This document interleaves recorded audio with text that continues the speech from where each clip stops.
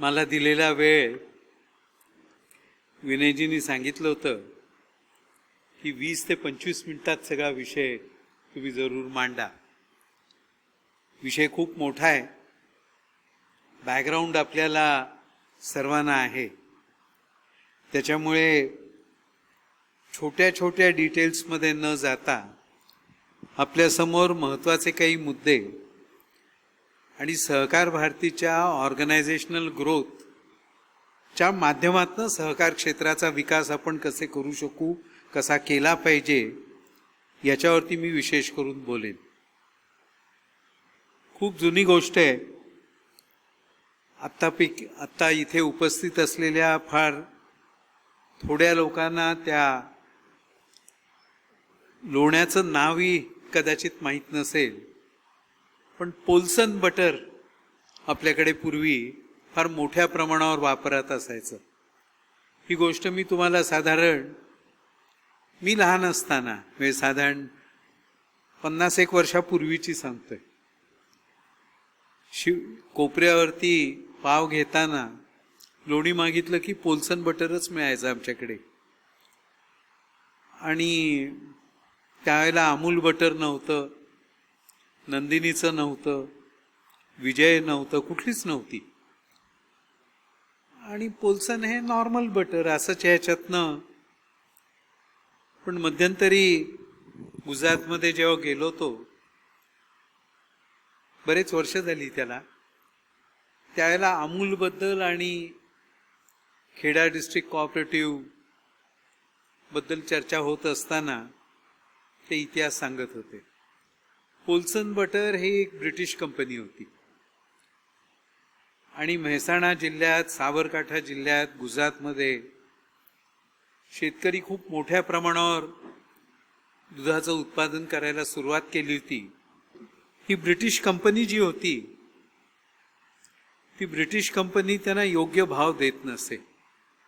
आणि दूध करायचं काय हो, उत्पादन झाल्यानंतर जर का विकलं नाही तर नुकसान होत होतं. वल्लभभाई पटेल नुकतेच स्वातंत्र्य आंदोलनात उतरलेले होते आणि हे गावातले शेतकरी त्यांना भेटायला गेले की आमचं खूप नुकसान होत आहे, भाव तोडून ते दूध आम्हाला द्यायला लागतंय, आम्ही काय करावं. आपण सर्वांनी ऐकलं असेल, पण ते 2च शब्द बोलले होते, मंडली बनाव. मंडली बनावचा अर्थ तुम्ही तुमची सहकारी संस्था स्थापन करा. आणि आजचं अमूल किंवा खेडा आणि नंतर झालेल्या विशेष करून गुजरातमधल्या दूध सोसायट्या या मंडली बनाव याच्यातनं झाल्या. आज आपण जेव्हा केंद्र सरकारनी कॉर्पोरेशन मिनिस्ट्री नवीन केली, त्याच्यानंतर एक खूप मोठी चर्चा सबंध देशभर चालू आहे.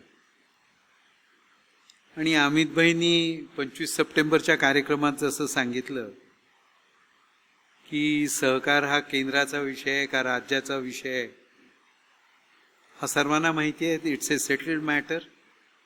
त्याच्यात चर्चा करण्याची आणि कॉन्फ्लिक्ट होण्याची आवश्यकता नाही. पण आम्ही योजना आणू आणि ह्या योजना असतील त्या सहकारी चळवळीला मजबूत करणाऱ्या असतील. नवीन मंत्रालय स्थापन झाल्यानंतर आम्ही सहकार भारतीचे 5-6 जण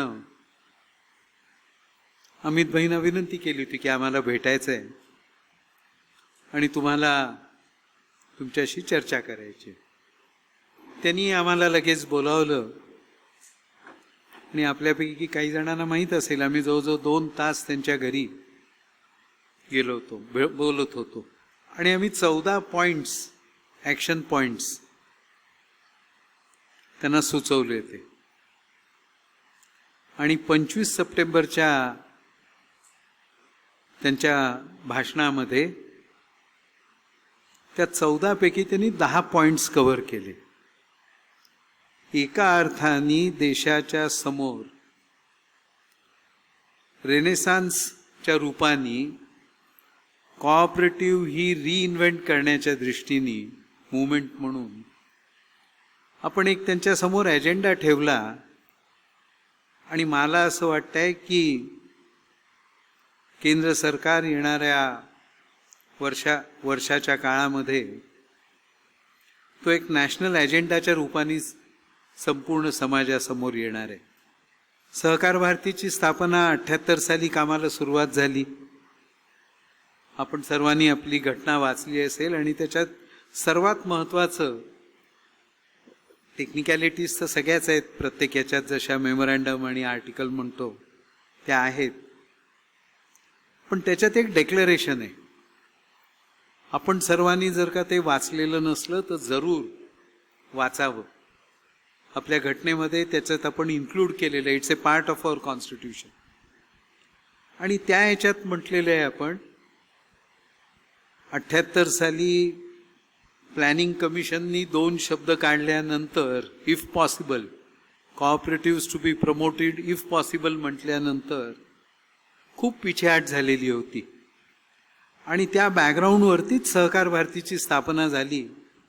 कारण सरकारचा सपोर्ट, सरकारचा आश्रय हा कमी होत जात होता आणि लोकसहभाग हा त्याच्यातनं कमी होणार होता. आणि म्हणून सहकार भारतीची स्थापना झाली. ती या देशाचा विकास, आर्थिक विकास हा लोकांच्या सहभागातनंच होणार आहे आणि सहकाराशिवाय दुसरं त्याला माध्यम नाही.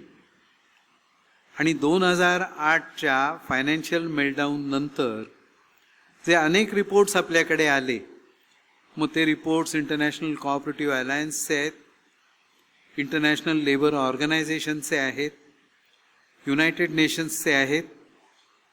आणि त्याच्यात त्यांनी असं म्हटलं की market forces will not be able to solve the problems of the masses across the globe. आणि त्याला एकमेव पर्याय हा सहकार आहे. आणि सहकारी चळवळ, सहकारी व्यवस्था, सहकारी अर्थव्यवस्था ही जगासमोर यावी, प्लॅनर्स समोर यावी, डिसिजन मेकर्स समोर यावी. ह्याच्याकरता 2012 साल हे युनायटेड नेशन्सचे इयर ऑफ द कोऑपरेटिव्ह म्हणून ऑब्झर्व केलं. आणि एशिया पॅसिफिक रिजनमधली इंटरनॅशनल कोऑपरेटिव्ह कॉन्फरन्स त्या वर्षी ही पहिल्यांदी सहकार भारतीने घेतली. सबन एशिया पॅसिफिक रिजनमधली 14-15 देशांमधले प्रतिनिधी आपल्या कॉन्फरन्सला त्यावेळेला आलेले होते. आणि त्याच्या कॉन्टेक्स्टमध्ये आज आपण जेव्हा विचार करतो त्या ह्याच्यातनं असं लक्षात येतं की सहकारातनं समृद्धी जर का आणायची झाली तर एक नवीन रचना करायला लागेल. 2002 साली अटलजी पंतप्रधान असताना देशाची नॅशनल कोऑपरेटिव्ह पॉलिसी बनली. आणि त्या पॉलिसीच्या अनुषंगाने प्रत्येक राज्यांनी आपापली स्वतःची स्टेट कोऑपरेटिव्ह पॉलिसी बनवावी अशी त्याच्यातनं अपेक्षा होती. काही राज्यांनी केली, काही राज्यांनी केली नाही. 2000च्या सुमाराला नव्याने जवळजवळ मल्टी स्टेट कोऑपरेटिव्ह ॲक्ट हा पूर्णपणे लिहिला गेला. आणि तो देशातला सर्वात लिबरल, प्रोग्रेसिव्ह हा कोऑपरेटिव्ह ॲक्ट म्हणून बघितला जातो.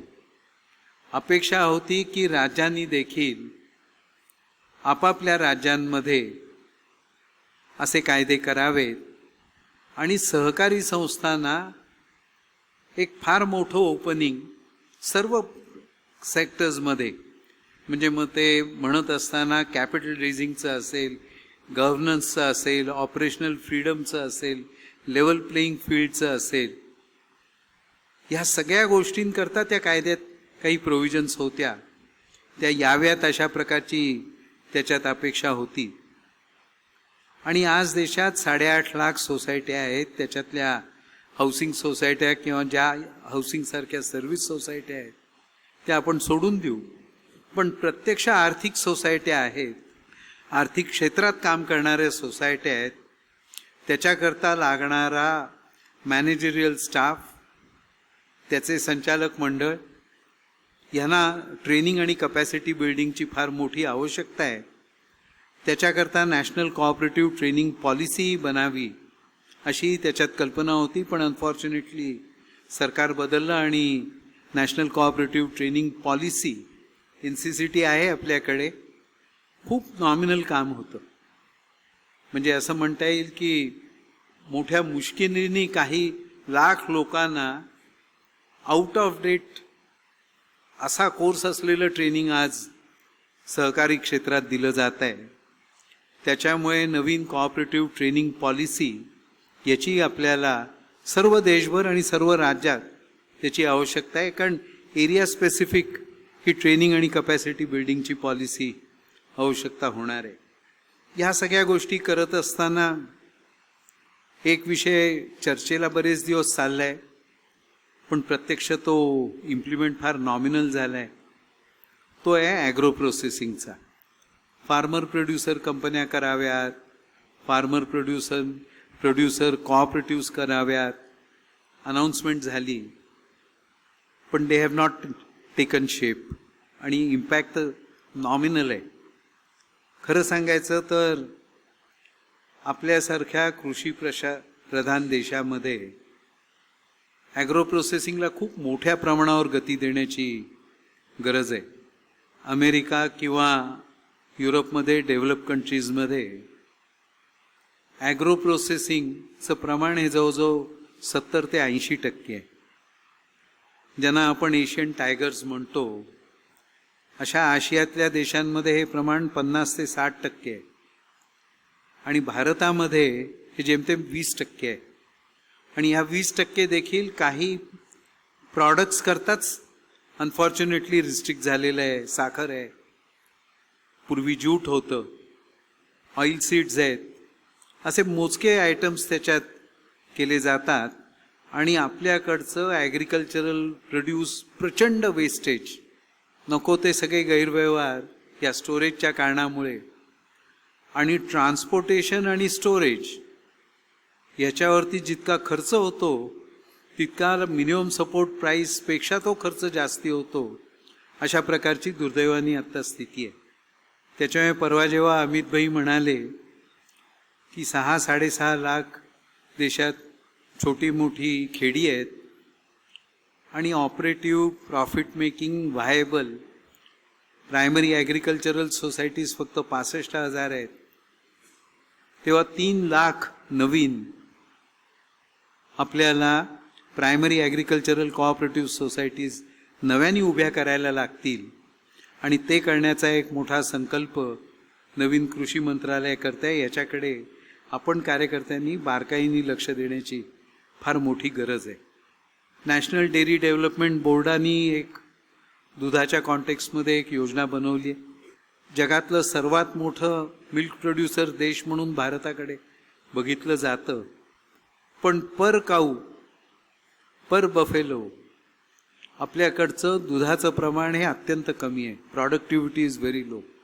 आणि जर का बारकाईने आपण अभ्यास केला तर डेअरी कोऑपरेटिव्ह आणि प्रायव्हेट ही दोन्ही सेक्टर्स बघितली तर ती फक्त पश्चिम भारतात दिसते.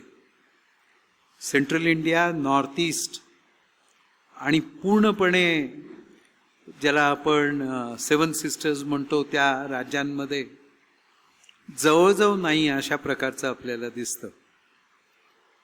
दूध हे अफोर्डेबल कमॉडिटी झाली पाहिजे, सर्वांना मिळाली पाहिजे, याच्याकरता प्रयत्न, एक कॉम्प्रिहेन्सिव्ह प्रयत्न पुढच्या काळात होणार आहे.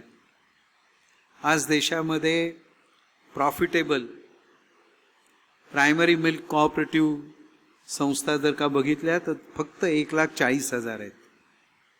NDDBच्या कल्पनेतनं ही संख्या कमीत कमी 3 लाख असण्याची गरज आहे. आपल्याकडे जवळजवळ छोटे छोटे जिल्हे होत आहेत, त्याच्यामुळे एक्झॅक्ट जिल्ह्यांची संख्या मी नाही सांगू शकणार, पण साधारण 650 ते 700 जिल्हे आहेत. पण ज्याला डिस्ट्रिक्ट मिल्क युनियन्स म्हणतो किंवा 4-5 जिल्ह्यांना मिळून जो एक मिल्क प्रोसेसिंग सेंटर आहे ती देशात फक्त 220 आहेत. त्याच्यामुळे मिल्क प्रोसेसिंगही होत नाही. आणि प्रायव्हेट सेक्टरमध्ये जे मिल्क प्रोक्युअरमेंट होत आहे त्याच्यातनं लिक्विड मिल्क सामान्य जनतेला उपलब्ध करून दिलं जात नाही. त्याचं नुसतं प्रोसेसिंग करून व्हॅल्यू ॲडिशन होऊन प्रॉफिट मेकिंगचं कामच प्रायव्हेट सेक्टर करतोय. आणि त्याच्यामुळे फार मोठ्या प्रमाणावर पुढच्या काळामध्ये कॉपरेटिव्ह सेक्टरमध्ये मिल्क प्रोक्युअरमेंट, मिल्क प्रोसेसिंगची फार मोठी संधी उपलब्ध आहे आणि करण्याची गरज आहे. फिशरीज कॉपरेटिव्हची तीच स्थिती आहे. आपल्याकडे कोस्टल फिशरीज आणि इतका मोठा आपला समुद्रातला इकॉनॉमिक एक्सक्लुझिव्ह झोन असताना देखील फिशरीजमध्ये ज्या मोठ्या प्रमाणावर काम व्हायला पाहिजे तेही झालेलं नाही. त्याची संख्या जेमतेम 25,000 ते 30,000 सहकारी संस्था आहेत. आणि फॉरिन इतर देशातले आपल्याकडे एक्सक्लुझिव्ह इकॉनॉमिक झोनमध्ये तैवानचे, थायलंडचे, फिलिपाईन्सचे ही लोक येऊन आपल्या इकॉनॉमिक झोनमध्ये फिशिंग करून जातात हे आपल्याला दिसतंय. त्याच्यामुळे फिशरीजचा हा फार मोठा एक एरिया आहे. ज्या पद्धतीने ग्रामीण भागाचं गेल्या 15-20 वर्षातलं उत्पादन पॅटर्न बदललेला आहे तोही आपण सर्वांनी लक्षात घेण्याची आवश्यकता आहे. देशात ग्रामीण भागातलं उत्पन्न हे शेती रिलेटेड हे आता जवळजवळ 35% आलेलं आहे. केवळ नॉन फार्म इन्कम हे जवळजवळ 60-65% गेलं आहे. आणि या नॉन फार्म इन्कममध्ये असंख्य ॲक्टिव्हिटीज आहेत ज्या खरं म्हणजे सहकाराच्या माध्यमातून आपण करू शकू. सहकाराच्या माध्यमातून income earning opportunities, self employment opportunities या मोठ्या प्रमाणावर आपण प्रयत्नपूर्वक उभे करू शकू. कुठल्याही देशात जगात ज्याला आपण एम्प्लॉयमेंट म्हणून समजतो की 10 ते 6 काम केलं किंवा शिफ्टमध्ये सकाळी 8 ते 4 केलं, मग सेकंड शिफ्टमध्ये 4 ते रात्री 12पर्यंत काम केलं. ऑर्गनाइज सेक्टरमध्ये ज्याला आपण नोकरी म्हणून म्हणतो, संपूर्ण जगात कुठल्याही देशात ह्या प्रकारचं ऑर्गनाइज सेक्टरमधलं एम्प्लॉयमेंट हे जेमतेम 20-25% वर कुठेही नाही. आणि ते भारतात निर्माण होण्याचीही शक्यता नाही, वाढण्याची एका पॉईंटच्या पलीकडे. त्याच्यामुळे आपल्याकडे एंटरप्रेन्योरशिप प्रमोट करायला लागेल. आपल्याला इन्कम अर्निंग अपॉर्च्युनिटीज जनरेट करायला लागतील. आपल्याला सर्व लोकांनी एकत्र येऊन त्यांचे रिसोर्सेस, मग स्किल्स असतील किंवा कॅपिटल असतील, याचं पुलिंग करायला लागेल. आणि ते पुलिंग हे सहकाराच्या माध्यमातून होऊ शकेल फार मोठ्या प्रमाणावर. केंद्रीय कृषी मंत्रालयातल्या अधिकाऱ्यांशी आणि मंत्र्यांशी बोलत असताना आम्ही FPO बद्दल असं निवेदन दिलेलं आहे, म्हटलेलं आहे की आत्ताची तुमची स्कीम जी आहे ती तुम्हाला जी राबवायची ती राबवा, पण तुम्ही जर का फूड प्रोसेसिंग ॲक्टिव्हिटी ही 2 टायर केली नाहीत तर सामान्य शेतकऱ्याला त्याचा जो फायदा होण्याची गरज आहे तो व्हायचा नाही. आणि त्याच्यामुळे primary processing at the village level, at the farm level, आणि त्याचं कलेक्शन ज्या पद्धतीने दुधाचं एकत्रीकरण संकलन केलं जातं तसंच ॲग्रिकल्चरल प्रोड्यूसचं प्रोसेसिंग फार्म लेवलवरती शेतकऱ्याच्या घरी आणि त्याचं कलेक्शन करून हायर एजन्सीला पुढे फिनिश प्रॉडक्ट करण्याकरता जर का आपण व्यवस्था केली नाही तर जे डिझायर्ड बेनिफिट्स आहेत ते शेवटपर्यंत पोचणार नाहीत, इन्कम वाढणार नाहीत. आणि डबलिंग ऑफ फार्मर्स इन्कम जो विषय सारखा बोलला जातो तो जर का खरंच यायचा असला तर ह्या ॲग्रो प्रोसेसिंगमधनं येणार आहे. आणि याच्याच बरोबर आपल्याकडे जो दुसरा एरिया सर्वांनी आपण कॉन्सन्ट्रेट करून बघण्याचा आहे तो म्हणजे ॲनिमल हजबंड्रीचा आहे. मग ॲनिमल हजबंड्रीमध्ये देशात ठिकठिकाणी वेगवेगळ्या पद्धतीने ते करायला लागेल. नॉर्थ ईस्टच्या राज्यांमध्ये जर का पिगरी प्रमोट करायला लागणार असली किंवा तेलंगणामध्ये जर का मेंढ्यांचं पालन करायला लागणार असेल तर आपल्याकडे देखील वेगवेगळ्या पद्धतीने ॲनिमल हजबंड्रीच्या कॉपरेटिव्स करण्याची गरज आहे. माझ्या माहितीप्रमाणे तेलंगणामध्ये क्लस्टर अप्रोच घेऊन फार मोठ्या प्रमाणावर ॲनिमल हजबंड्रीचं काम होत आहे. आंध्र प्रदेशमध्ये ब्ल्यू रेव्होल्युशनच्या नावाने फिशरीजमध्ये काम होत आहे, जे आता बिहारमध्ये करण्याचा फार मोठा प्रयत्न सगळीकडे चाललेला आहे. त्याच्यामुळे ग्रामीण भागामध्ये हे बघत असताना आपण सर्वांनी ह्या सगळ्या गोष्टींकडे बघणं फार महत्त्वाचं काम आपल्याला या सगळ्या याच्यातनं पुढच्या काळात करायला लागेल.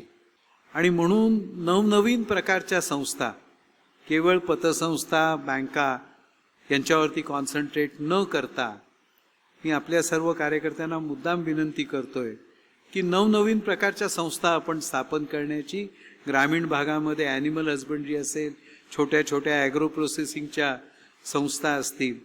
आत्ताच मी धुळे जिल्ह्यात गेलो होतो, धुळे जिल्ह्यातल्या कार्यकर्त्यांना भेटत होतो. खूप मोठ्या प्रमाणावर त्यांच्याकडे मकाई तयार होतो, पण मक्याला भाव मिळत नाही. आणि मग गावातले शेतकरी एकत्र येऊन आत्ता ह्या कामामध्ये त्यांनी 200-250 शेतकरी येऊन 20 लाखाचं क्लिनिंग आणि ग्रेडिंगचं मशीन घेत आहेत. आणि ह्या पुढे त्यांचा मका, ग्रेडेड मका हा डायरेक्टली इंटरनेटवरती टेंडर्स मागवून ते विकणार आहेत.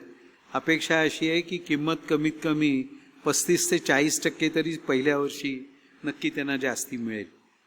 कारण आज पैसे 3 महिने लागतात, त्याला कॉस्ट पण खूप होते आणि त्याचाही विचार लोक करत आहेत. म्हणून अशा छोट्या छोट्या संस्था, सहकारी संस्था आपण सर्वांनी मुद्दाम प्रयत्नपूर्वक केल्या पाहिजे.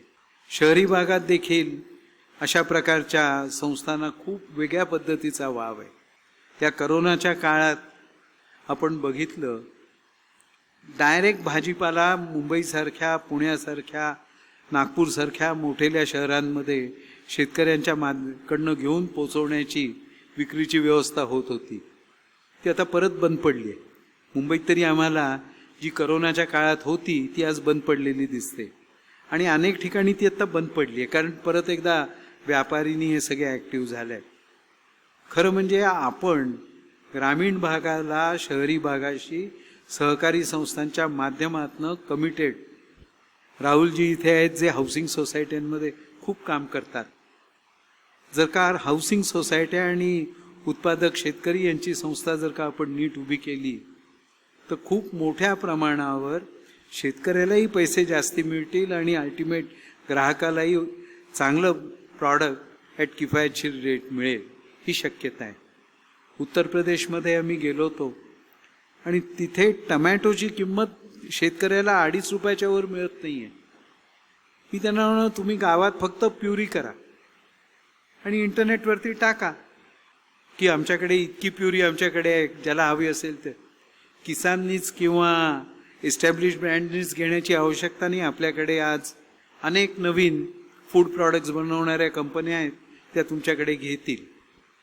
हीच स्थिती महाराष्ट्रात आपल्याला करता येऊ शकते भाजीपाल्यांची. आणि त्याच्यामुळे भाजीपाला प्रोसेसिंग याच्यात एक सत्र आहे उद्याच्या याच्यात, त्याच्यावरती चर्चा होईल. पण छोटी छोटी युनिट्स प्रोक्युअरमेंट आणि डिस्ट्रीब्युशन प्रोसेसिंगची शहरी भागात आपण करू शकतो.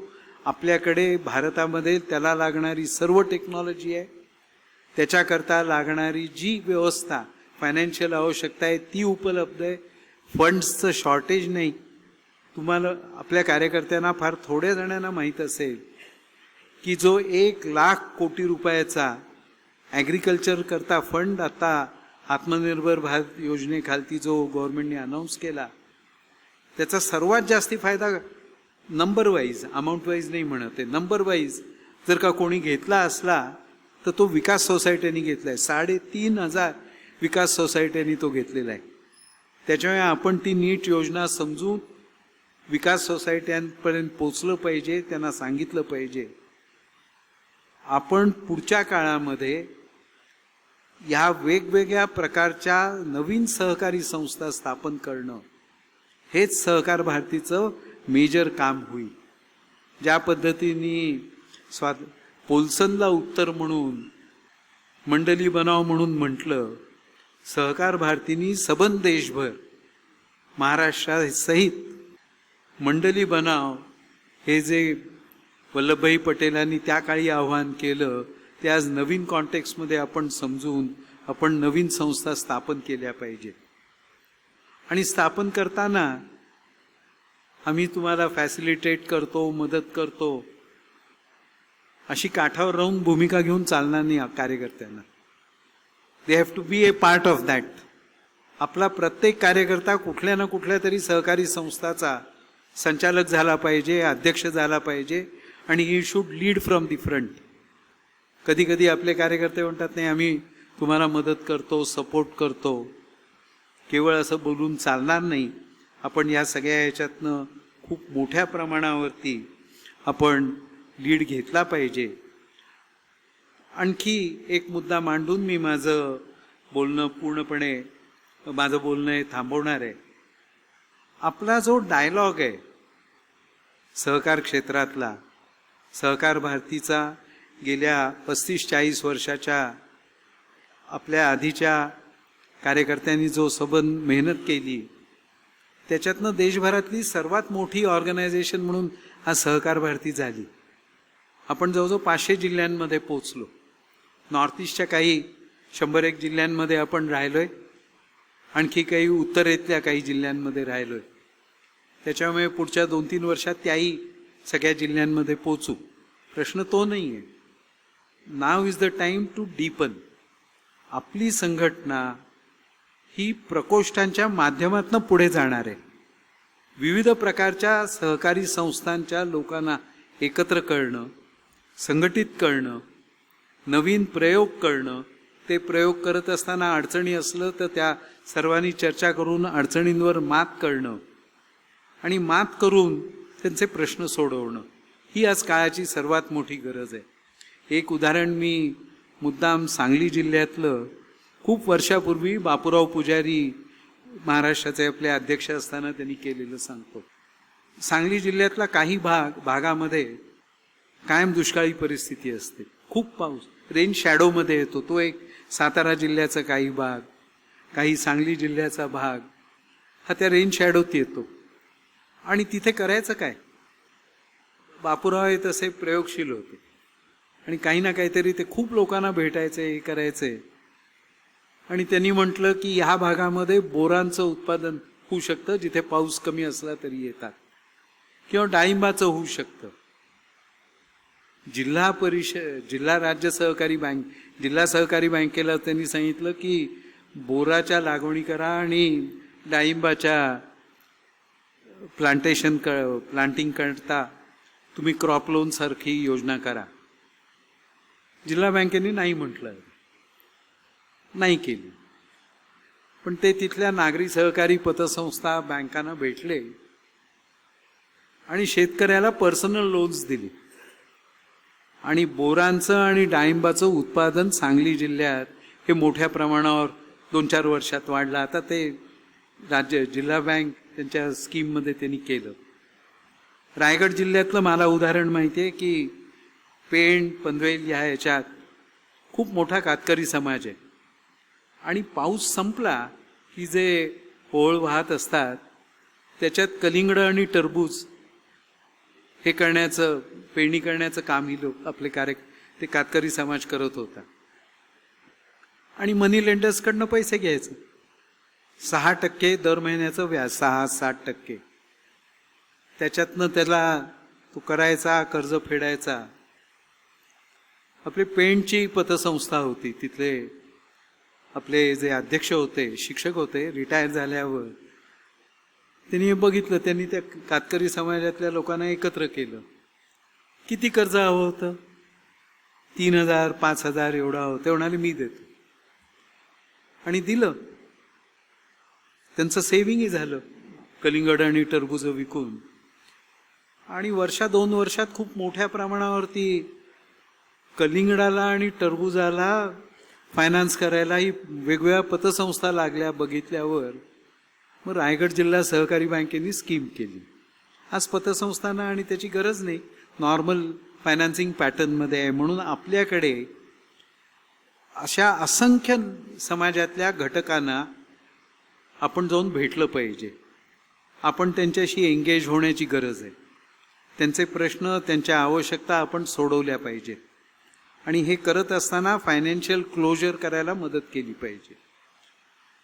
जिल्हा बँका असतील, राज्य सहकारी बँक असेल, प्रत्येक जिल्ह्याला त्यांची डिस्ट्रिक्ट कन्सल्टेटिव्ह कमिटी असते, लीड बँक आहे. आपण खूप कमी भेटतो कार्यकर्ते म्हणून, आपलं रिप्रेझेंटेशन म्हणून त्यांना जाऊन सांगण्याचं जे काम आहे आपण खूप कमी करतो. सरकारी अधिकाऱ्यांशी आपलं इंटरॅक्शन वाढवण्याची गरज आहे. आपण अनेकांना ओळखत देखील नाही, अनेकांचे फोन नंबर आपल्याला माहीत नाही, आपण भेटतही नाही, आपले प्रश्नही मांडत नाही. त्याच्यामुळे जसं नवनवीन सहकारी संस्था स्थापन करायचे आहेत, समाजातल्या फार मोठ्या घटकाला जोडून घ्यायचं आहे, त्यांना भेटायचं आहे, त्यांना सहकारी चळवळीत आणायचं आहे. तसंच सरकार आणि सरकारी अधिकारी यांच्याशी आपला रॅपो वाढवण्याचीच गरज आहे. भेटलं पाहिजे, बोललं पाहिजे, सांगितलं पाहिजे, मागणी केली पाहिजे. एंगेजमेंट ज्याला आपण म्हणतो ती फार मोठ्या प्रमाणावर आपण सर्वांनी पुढच्या काळामध्ये जर का सुरू केली तर सहकाराच्या माध्यमातून समृद्धी विविध स्रोतातून येईल. शहरी भागामध्ये काल नाही परवाच्या दिवशी नॅशनल लेबर फेडरेशनची ॲन्युअल जनरल मीटिंग होती. त्यांनी मला मुद्दाम तिथे त्यांच्या ॲन्युअल जनरल मीटिंगला ॲड्रेस करायला बोलावलं होतं. आणि मी त्यांना म्हटलं की तुम्ही जे आज काम करताय, आपला ॲक्टिव्हिटी कशी वाढेल, चांगल्या पद्धतीने वाढेल, उत्तम प्रकारचं आपण क्वालिटी कॉन्ट्रीब्युशन करू शकू. केवळ सरकारी कॉन्ट्रॅक्टच्या भरोशाकडे बघून राहू नका. ग्रामीण भागामध्ये वेअरहाऊसिंग वाढणार आहे. ग्रामीण भागामधला नॉन फार्म इन्कममधला मेजर इन्कम हे कन्स्ट्रक्शनचं आहे. त्याच्याकडे तुमचं लक्षच नाही. लोकांना आपण कामही देत नाही. आणि स्किल डेव्हलपमेंटच्या ज्या अनेक योजना आहेत त्याच्यात मेसनरी असू दे, इलेक्ट्रिशियनचं काम असू दे, प्लंबिंगचं असू दे, पेंटिंगचं असू दे, हे सगळे स्किल डेव्हलपमेंटमध्ये स्कीम्स आहेत. तुम्ही त्याचा एकत्रित विचार करा आणि बघा. लेबर कॉन्ट्रॅक्ट सोसायटीज सरकारच्या कॉन्ट्रॅक्टच्या भरोशावरती राहू नका. त्याच्यातनं जर का बाहेर आलात तर खरंच मोठं काम तुम्ही करू शकाल. मीटिंगनंतर मला फीडबॅक आला, हो आम्ही पहिल्यांदी या प्रकारचा विचार करू, असा कोणीतरी मांडला आणि आम्ही विचार करू. त्याच्यामुळे लेबर कॉन्ट्रॅक्ट सोसायट्या, आज हाऊसिंग सोसायट्या मुंबईसारख्या ठिकाणी हजारो आहेत. कोणाला प्लंबर मिळत नाही, कोणाला इलेक्ट्रिशियन मिळत नाही, कोणाला लिफ्ट मेंटेनन्सला कॉन्ट्रॅक्टर मिळत नाही. आपण जर का अशा जे सर्व्हिसेस देणाऱ्यांची सोसायटी केली आणि पॅनल केले तर अशा लोकांनाही काम मिळेल, सोसायट्यांची सर्व्हिस होईल. खूप अनेक गोष्टी ह्या सगळ्या ह्याच्यातनं करता येतील. त्याच्यामुळे पुढच्या काळात सहकाराच्या माध्यमातून समृद्धीच्या कॉन्टेक्स्टमध्ये नवीन सोसायट्या फॉर्म करणं, स्वतः त्याच्यात पूर्णपणे इन्व्हॉल्व्ह होणं, संचालक होणं, अध्यक्ष होणं, लीड फ्रॉम द फ्रंट ही आपली भूमिका सोसायटी चालवण्याच्या कॉन्टेक्स्टमध्ये असणं. असंख्य लोक आहेत ज्यांना आपण भेटलेलो नाही, ज्यांच्या आवश्यकता आहेत त्याच्याकडे बघितलेलं नाही, त्यांना भेटणं. ह्याच्याचबरोबर त्यांचे प्रश्न, त्यांचं फायनान्शियल क्लोजर याच्याकरता प्रयत्न करणं. आणि सरकार, सरकारी अधिकारी, कोऑपरेटिव्ह डिपार्टमेंट्स या सर्वांची एंगेजमेंट ही मोठ्या प्रमाणावर वाढवणं हे सहकार भारतीच्या पुढच्या दशकाचं काम आहे. आपण सर्वांनी विचार करा, आपापल्या जिल्हाची जी कार्यकारिणी आहे त्याच्यात विचार करा आणि प्रकोष्ठांना स्ट्रेंथन करून विविध प्रकारचं काम कसं वाढवता येईल. संघटनात्मक कामही वाढेल, सहकाराचं कामही वाढेल, याच्याकरता प्रयत्न करावा. एवढं बोलून माझं निवेदन पूर्ण करतो. धन्यवाद.